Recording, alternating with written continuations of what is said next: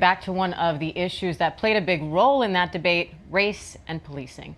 Protesters turned out in droves, many for the first time, to call for change in a system they say discriminates against Black Americans.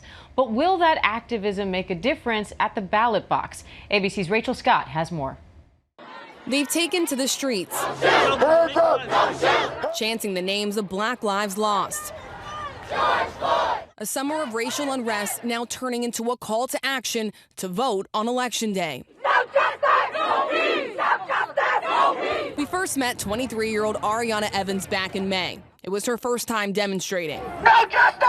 No peace! It's been almost 130 days since the death of George Floyd, and Ariana has been marching ever since. We want institutional change. We want police to have better training. We want them to do their jobs, to protect and serve us. We want to be equal. That's all. But after months of demonstrations, the air heavy with exhaustion and disappointment. You've been protesting for more than 100 days. Have you seen any progress in that time? All we've seen is that they're not listening. In the weeks following Floyd's death, both Republicans and Democrats on Capitol Hill agreed on the need for police reform, but were divided on how to get there. And so we have to be engaged. That's not what they're talking about, Chris. That's not what they're talking about. He's talking about defunding the police. That is not true. With Election Day around the corner, Ariana says she's backing a candidate that doesn't reflect the systemic change she wants to see. As young people, it is our job to fuel this democracy. If we do not get out there, if we do not vote, if we do not save our democracy this time, we might not have the chance again. From a slow kickoff in the Democratic primary to the general election, Biden has struggled with enthusiasm among Democratic voters.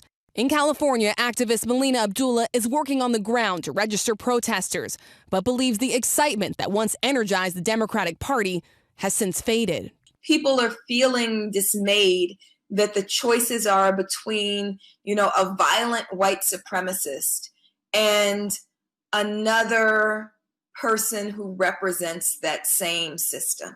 The call for change heard around the nation. Down in South Carolina, 27-year-old activist Lawrence Nathaniel told me he won't be voting for Trump, but he's not sold on Biden either. He's now considering voting for a third-party candidate. I think sometimes Joe Biden and Trump and our party on both sides are blinded by the struggles that the lower end of Americans are feeling today. But a third-party candidate has never won a presidential election, and in critical battleground states, those votes could tip the scales for either candidate.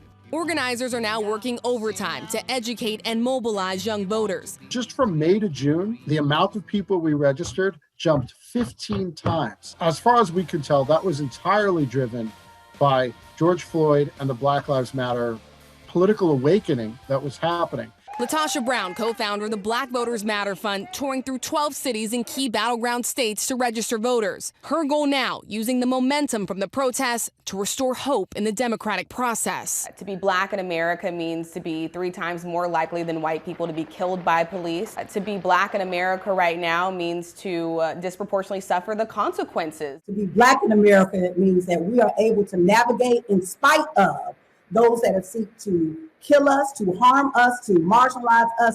In spite of that, we've been able to actually push and force this country to make democracy be real.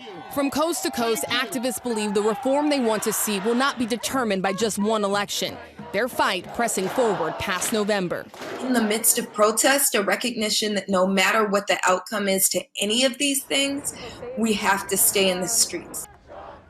And Rachel Scott joins me now from Washington. Rachel, I wanted to address some confusion that can complicate the conversation around race, which is already a difficult topic to talk about. And one is that Black Lives Matter has come to mean different things to different people. Some see it as a sentiment, a social movement, a political movement. Can you touch on how we've seen Black Lives Matter evolve and what that means for the conversation around race in this country?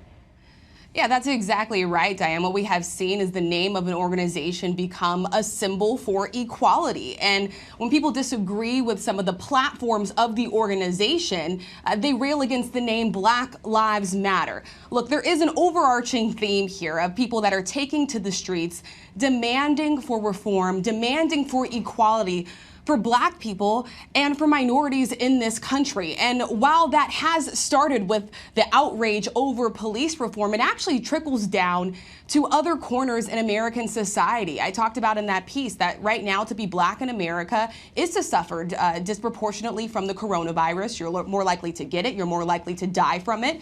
You're more likely to suffer from economic downturns in this country. You're more likely to have less access to health care, to food, to fresh food. That is what they want to change. They want to see the system fixed across the board, the playing field leveled. But there are different organizations out there that all want that accomplished, but have different ways and different ideas of doing so. And if we look back in our history, even during the civil rights era, we saw that there were competing voices. Martin Luther King Jr., Malcolm X were not always on the same page, although they had this overall goal for civil rights. I will say this, though. It is not enough for these protesters, for our leaders, for our lawmakers, just to say these words, Black Lives Matter. They want to see change. And that not only starts with the White House, that is also trickling down ballot ahead of November. They want to see reform from local governments to state governments and, of course, the federal government as well. All right, Rachel Scott for us. Thanks, Rachel. Hi, everyone. George Stephanopoulos here. Thanks for checking out the ABC News YouTube channel. If you'd like to get more videos, show highlights, and watch live event coverage, click on the right over here to subscribe to our channel. And don't forget to download the ABC News app for breaking news alerts. Thanks for watching.